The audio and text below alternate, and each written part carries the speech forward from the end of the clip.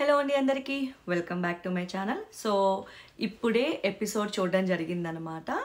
అయితే ఎపిసోడ్లో స్టార్టింగ్ ప్రేరణ గారు రావడం జరుగుద్ది. ఇక్కడ అది ఉంది, ఇక్కడ ఇది ఉందని చెప్పి వాచ్ చెప్పడం జరుగుద్ది.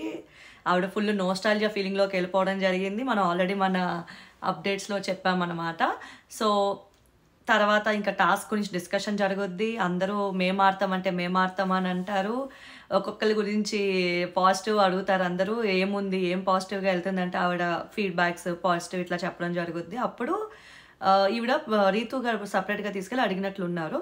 అయితే అదే ఫస్ట్ 3 వీక్స్ అయితే ఏం లేదురా, తర్వాత మాత్రం బాగానే గేమ్ ఇచ్చి పడేసాం అన్నట్టు ఈవిడ మాట్లాడడం జరిగింది. ఆల్రెడీ ఇవన్నీ మనం చెప్పేసాము మిడ్ నైట్ టాక్స్లోని.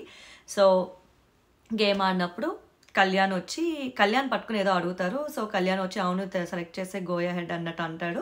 తనుజని సెలెక్ట్ చేయడం జరిగిద్ది. అనుకోకుండా పాపం తనుజ గారు బాల్ టాస్క్లో ఓడిపోవడం కూడా జరుగుద్ది లాస్ట్ మినిట్లో అనమాట. సో ఆవిడ కొంచెం కంట్రోల్ చేసుకున్నారు, బాధపడకూడదని. రీతుతో కూడా షేర్ చేసుకుంటారు, అయ్యో ఇలా అయింది అది ఇది అని. So after that Dethadi Harika గారు వచ్చారు. ఆవిడ ముసుగేసుకొని కనిపెట్టండి వచ్చి అన్నట్లు వచ్చారనమాట. సో హౌస్ మేట్స్ అందరూ విఫలం అవుతారు. ఒక్క ఇమాన్యుల్ అనుకుంటే దేత్తడి అని చెప్పి కనిపెడతారు. సో ఒక గేమ్ లాగా అంటే మిర్రర్ గేమ్లా ఆడిస్తారు అనమాట. బర్నీ గారికి అయితే గట్టి కౌంటర్ వేసింది. ఎవరు దివ్యాకిను తనుజాకి వేశారు. మాట్లాడచ్చా నేను బర్నీ గారి దగ్గరికి వెళ్ళొచ్చా అని. అప్పుడు అంటారు తిని ఎపిసోడ్స్ చూస్తుంది అని అంటారు అనమాట. ప్రేరణ అయితే దొరికిపోద్ది, పాపం ప్రోమోస్ చూస్తున్నావు నువ్వు ఎపిసోడ్ చూడట్లేదు అన్నట్టు దొరికిపోద్ది అనమాట. సో వీళ్ళిద్దరికి ఒక టాస్క్ పెట్టడం జరిగింది. వీళ్ళిద్దరికంటేనేంటి ఎవరు ఎంచుకుంటారు అని చెప్పి హారికని అడిగితే సుమన్ శెట్టి గారిని ఎంచుకోవడం జరిగింది. అట్లా క్లాక్ టవర్ టాస్క్, ఒక టవర్ టాస్క్లా పెట్టడం జరిగింది. పాపం సుమన్ శెట్టి గారు ఆల్మోస్ట్ పెట్టేస్తారు కానీ లాస్ట్ మినిట్లో అది పడిపోద్ది అనమాట అనుకోకుండా.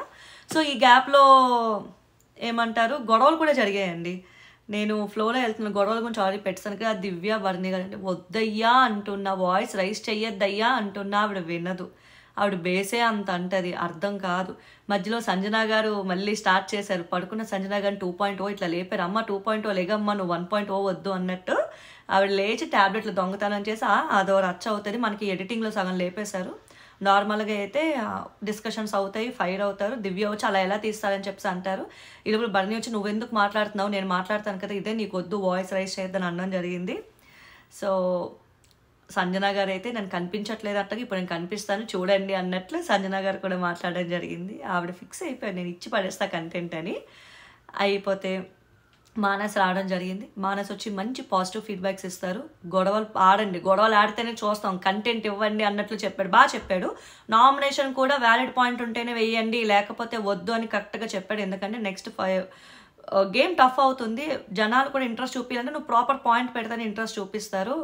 ఇమాన్యుల్కి అరే నామినేషన్స్లో ఉండరా అని చెప్పి కూర్చోబెట్టి చెప్తారనమాట. So that is very funny. ఉంటున్నా అన్న ఈ వారం ఉన్నా అని అంటాడనమాట. ఇమాన్యుల్కి మాత్రం కరెక్టే, నామినేషన్లో ఉంటేనే అవుతుంది. అందరికంటే బెస్ట్ ఇన్పుట్స్ అంటే ఇప్పటివరకు వచ్చిన వాళ్ళలో నాకు ఎందుకో మానేసే బెస్ట్ ఇన్పుట్స్ ఇచ్చారని అనిపించింది. ప్రతి ఒక్కరికి. రీతుకి అయితే ఫస్ట్ 2 వారాల్లోనే వచ్చేస్తావు అనుకున్నాం, కానీ తర్వాత ఉన్నావు నువ్వు, గేమ్ ఆడుతున్నావు పర్లేదు అన్నట్టు చెప్తాడనమాట. నిజమే, అది వాస్తవమే. అటు ప్రేరణ కానీ ఇటు మానస్ కానీ అందరూ అన్నది నిజమే. ఫస్ట్ 3 వీక్స్లోనే వచ్చేస్తాను కానీ క్యాండిడేట్ రీతు గారు. బట్ మిరాకిల్ జరిగి ఆటని ఇంప్రూవ్ చేశారు. మరి డెమోన్తో ఆ బాండ్ వర్కౌట్ అయిందో తెలియదు కానీ రీతు గారు ఉన్నారనమాట. సో మొత్తానికైతే మానస్ డీమన్ పవన్ సెలెక్ట్ చేసుకోవడం జరిగింది. సో డీమన్ పవన్ ఇద్దరు గేమ్ ఆడడం జరిగింది. సో డీమన్ పవన్ యాజ్ యూజువల్గా ఇచ్చి పడేశారు, విన్ అయ్యారు. So he became the second contestant కాదు ఏమంటారు కెప్టెన్సీ కంటెండర్ అయ్యారని అనుకుందాం. సో ఫుల్ హ్యాపీ అనమాట. ఇంకా మానస్ వెళ్ళిపోయేటప్పుడు కూడా చెప్తారు, గొడవలు పడితేనే మాకు కంటెంట్ వస్తుంది, మాకు అప్పుడే ఇంట్రెస్ట్ వస్తుందని ప్రతి ఒక్కరికి హింట్ ఇచ్చి వెళ్ళారు. చూద్దాం ఈ హింట్స్ ఎవరు ఎంతవరకు పాటిస్తారు అన్నది కూడా చూద్దాం. సో వీళ్ళు వెళ్ళాక ఇమాన్యుల్ అయితే కామెడీ ఎవరు వచ్చినా చింపి పడేస్తున్నాడండి. ఆయన అసలు వదలట్లేదు. నిజంగా నేను ఇమాన్యుల్ గురించి ఎక్కువ వేరే వాళ్ళు ఎక్కువ కంటెంట్ ఉంచేసరికి ఇమాన్యుల్ అక్కడ కనిపించడం అనుకున్నా, ఆయన స్పేస్ క్రియేట్ చేసుకొని చేసిన ఫన్ ఏదైతే ఉందో సూపర్. ఫుడ్ గురించి గోంగూర పప్పు హోమ్లీగా ఉంటుంది, ఇప్పుడే రీతు కూడా వచ్చి ఇప్పుడే తిన్నారు కదా మళ్ళీ తింటారా అని అడుగుతున్నా అని. వాళ్ళు వంట చేయాలి కదా, వాళ్ళ బాధ వాళ్ళది. వీళ్ళందరూ బయట కూర్చొని కబుర్లు చెప్పుకుంటే. So that is very funny. అక్కడితో ఎపిసోడ్ ఎండ్ అయ్యింది. ఇది ఈ రోజు ఎపిసోడ్ రివ్యూ. చూడండి నా ఎపిసోడ్ రివ్యూస్ ఎండింగ్ వరకు చూడండి, లైక్ చేయండి. సబ్స్క్రైబ్ చేయకుండా చాలామంది నా వీడియోస్ని చూస్తున్నారు, సబ్స్క్రైబ్ కూడా చేయండి అండ్ షేర్ చేయండి. Thank you.